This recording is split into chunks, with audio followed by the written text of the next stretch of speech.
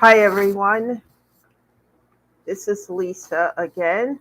I'm back live again today. I wanted to get this video out today to someone or to a few someones. Now, this topic today is going to be about grief. Let's talk about it. And we need to talk about it because there are so many people today going through grief and they're doing so silently. So let's get into this conversation. Let's talk about it because some people need to hear this message today. So I have a little outline so I don't forget to cover anything related to grief because this is going to help someone as well as help myself. If you don't know my story, please go back and watch the first two videos because I talk a lot about grief and how it affected my life when I lost my mother, my dog, a few of my friends, and some of my church members.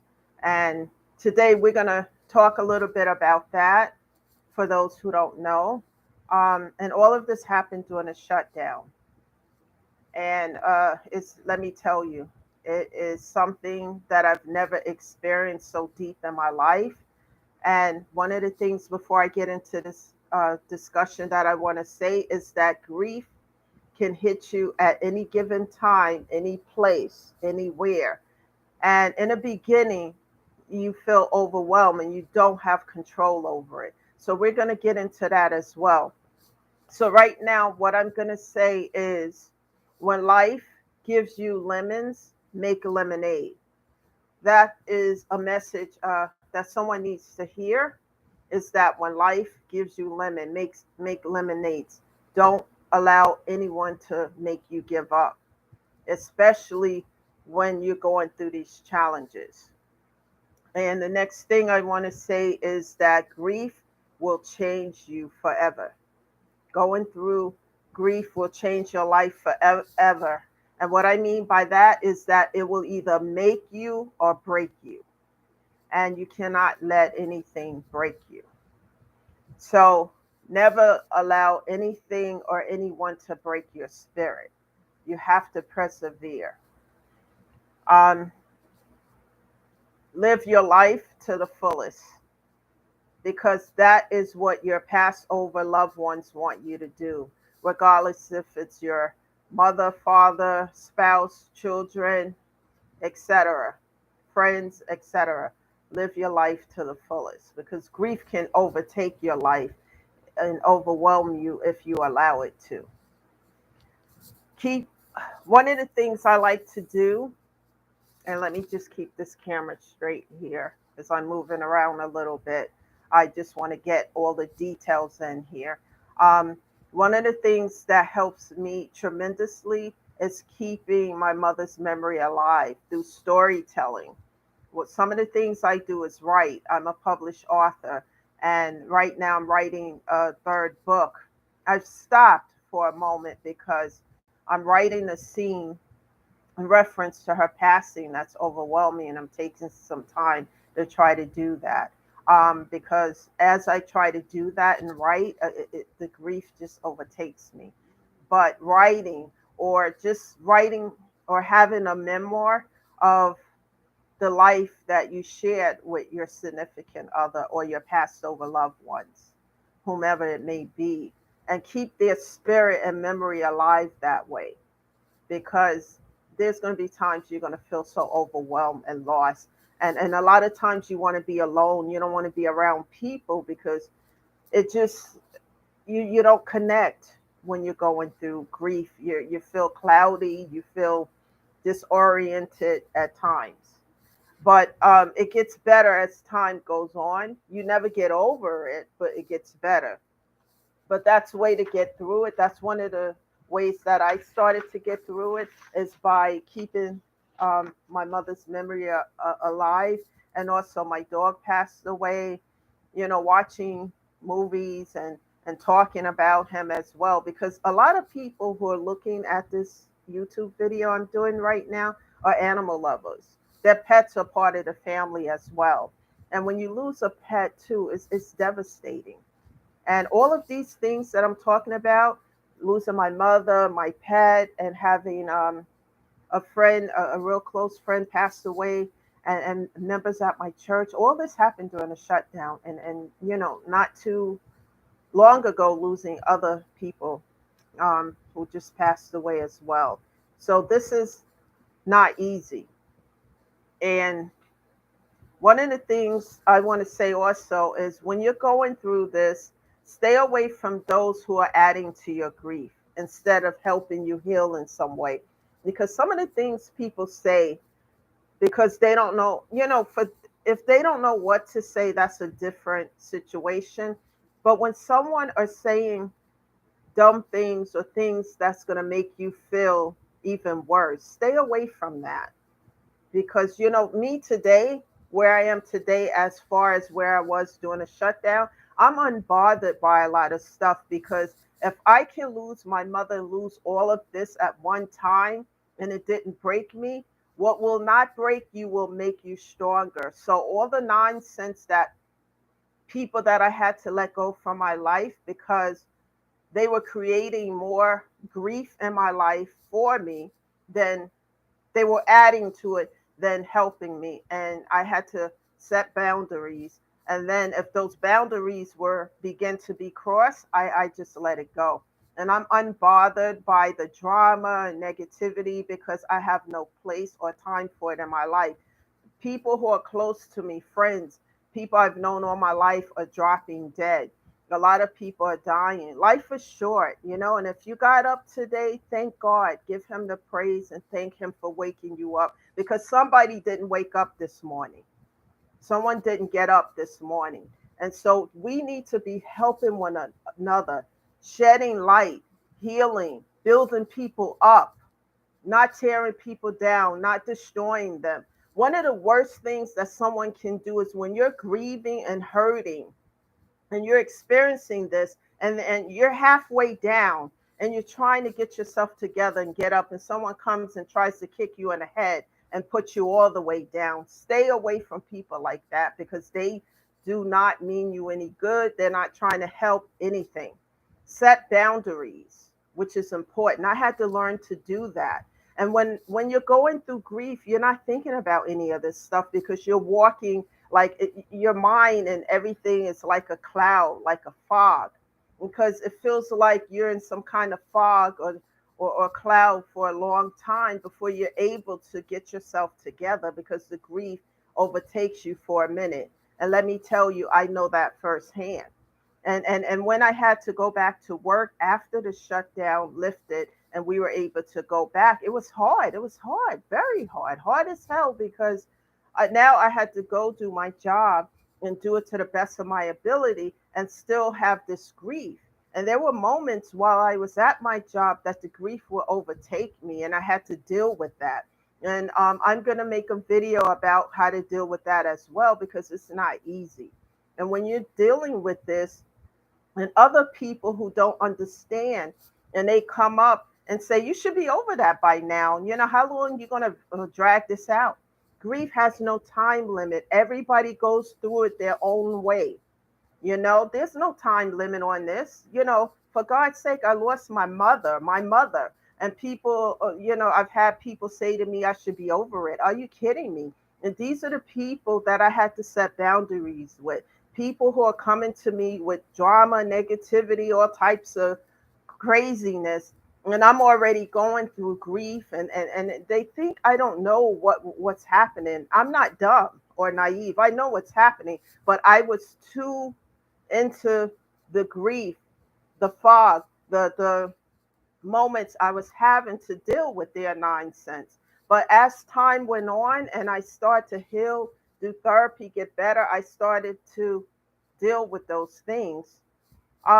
Also, during this painful time that you're going through, take care of your health, because your health can easily decline because you can neglect yourself when you're in a state of this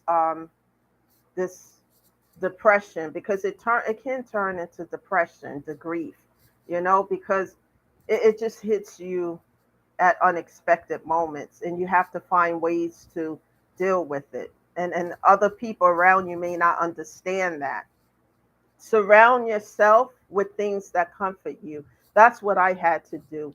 I don't mind spending time alone. Some people may have a problem with it, but I don't, because that's when I go within, and I talk to God. I'm in prayer a lot, and I surrounded myself with things that help me to heal. Conversations with my mother, writing down things, remembering the good times, not letting her memory die, watching shows that she and I used to do together. And just music helps me a lot. Listening to music and comedy shows, things that uplift and upbuild and not tear down. That's where I am now in life, because grief will change you forever. Writing a memoir or keeping a journal about the life of the loved one that you lost, and the good times that you shared with the loved one and what you did together, all those things will keep their memory alive and will help you start the healing process as well. I am not a therapist. I am not an advisor. I'm sharing my personal experiences with this because I've had them all happen all at one time, and I want to share with somebody else or a few others who may be going through this and who don't know how to handle this. And I'm just saying what works for me, to help somebody else. One of the most painful situations that I had to endure um, is from a few others. When my mom died, and this is including some family members, you know, the family itself, because I'm not really close to anyone in my family, but for their particular religious system, differs from mine. So that creates a barrier. But however, in any event, my mother passed away. And we could not have a funeral because we were in a shutdown. So we had to have an online service. And that was very difficult. And talking and seeing other people in the family, only one, we have a huge family. Only one person out of the family gave me their condolences for losing my mother, and it showed me who these people are. And even other friends and people who are part of my life were not there to support me. And what I mean, I don't mean a financial support, anything, just to see if I'm okay. Hey, Lisa, are you okay? Do you need to talk? Because during that time, all I need is for somebody to listen and to just be there, even if they can't do anything about it, because of course they can't, but just to listen and to, have some words of encouragement. And I received that from members of my church. The church was there for me during the shutdown. And the people who I had around me in my life during that time, they were not there. It will show you who people are when you're going through these types of situations. There were, those people who you thought would be there, or, for me, they were not there. My church and some strangers. And when I refer to them as strangers, people who I didn't know that well, who came to see if I was okay. One of the things that was so touching to me is that when the church showed up, about 4 or 5 members of the church showed up during the shutdown. They had on the face masks, and they were outside my door, and they had flowers and food, and told me that if I needed to talk, to call them. They would listen and be there. Let me tell you, that meant more to me than gold itself, because they were showing me who they were. And the people who were in my life around me all the time were not there. And I'm a person that I'm very generous and subservient to others. And I had to start to pull back my energy, because these people didn't, showed me they didn't care about me. But those who were there, I embraced them because it meant everything to me. So I'm saying all of this now because if you find yourself in that situation, um, first focus on your grief and healing. And as you get better little by little, little by little, make set boundaries.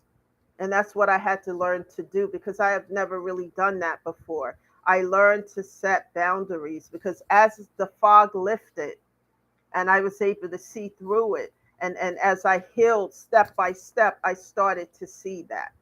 And boundaries are so important.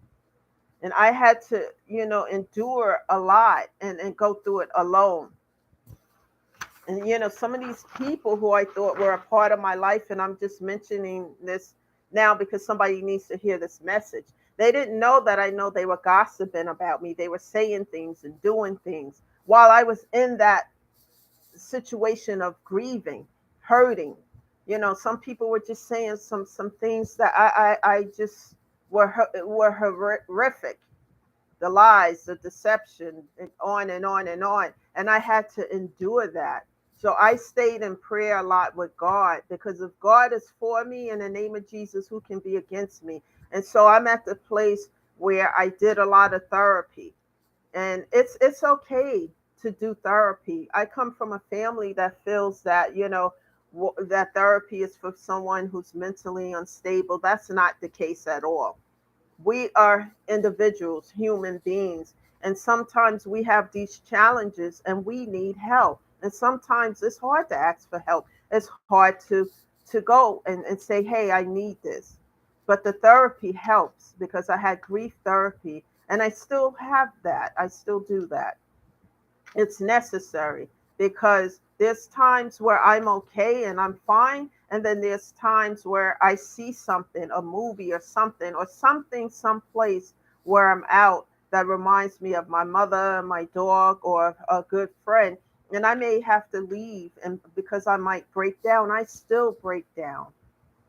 People, for those who are listening, I still, and it's been 2 years and I still break down, and I still, and I also lost a neighbor at the time where I was living. All these things happened at one time, and a few people were just like, you should be over it. No, you don't get over it. You never get over the loss. However, when time goes by and you heal yourself through therapy and other resources that I mentioned here, you remember the good and you keep their memory alive. The grief is not as bad as it is when it first hits you, but it's always there. The loss is always there. And when I talked about, these people who are not there for me, what I'm saying is make people respect you. And you do that through boundaries because you're never the same again when you have this grief. You're not the same person anymore. The loss has hit you, and you have to set boundaries with others. Now, surround yourself with people who uplift you and who encourage you, because that's what you need in order to heal. The healing process is important, and don't give yourself a time frame to heal. Just let the process flow and let it happen on your own time, because nothing ventures, nothing gain. It takes time. And I know that from firsthand. When people try to play God in your life and tell you what you should be doing with this grief, etc., set boundaries. Set boundaries. And if they cross those boundaries, move on, because you are important, and your loved ones, most of all, would not want to see you um, continuing to be in this state of grief, or in conflict or chaos with other people. They want you to move on with your life, to be happy, to remember them and keep their memory alive, but to move on and to be happy. And that's one of the things my youngest sister, would say to me a lot, because there was times I didn't want to be bothered with anyone. Leave me alone, don't call me. You get into those moods. You're going to have all types of different emotions when this hits you. And she would tell me, Mom would not want you to be like this. Um, Excuse me, because I'm getting a little emotional as I think about the conversation with my sister. Mom don't want you to be this way. She wants you to be happy and move on with your life. And everyone, it's okay to cry. It's okay to feel those emotions, because it's a huge loss. When people don't understand, that's okay too. But when people, are cruel to you, why, especially when you're going through this, then set boundaries and set boundaries. And if they cross those boundaries, like I said, move on. Because everyone does not deserve to eat at your table or be in your presence if they don't respect who you are and understand that you're going through something. They are not there to help you heal. And it's important a healing process, because when you don't heal, then you're broken and you don't get better. And it's okay to cry, it's okay to allow yourself to feel those emotions. So someone needs to hear that. And also it's important to, if you don't want to do a therapist, see a therapist one-on-one grief, there are so many grief counselors and support groups out there. So please, in your area, look for that. You can Google that, whatever area that you live in, for those who are listening to this video and need that. Please, please find that, because that's going to help you little by little. It's okay to isolate yourself from time to time, but don't stay there. Don't stay there forever in that place of isolation. It might be necessary in the beginning, but please don't stay there. And get the help that you need so that you can start the healing process. I will be back again, and I will let you know when.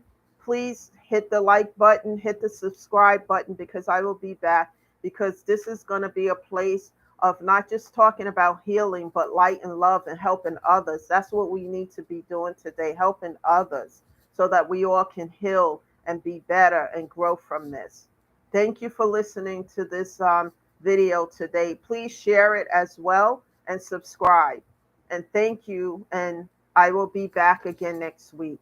Have a great weekend, everyone. Thank you for listening.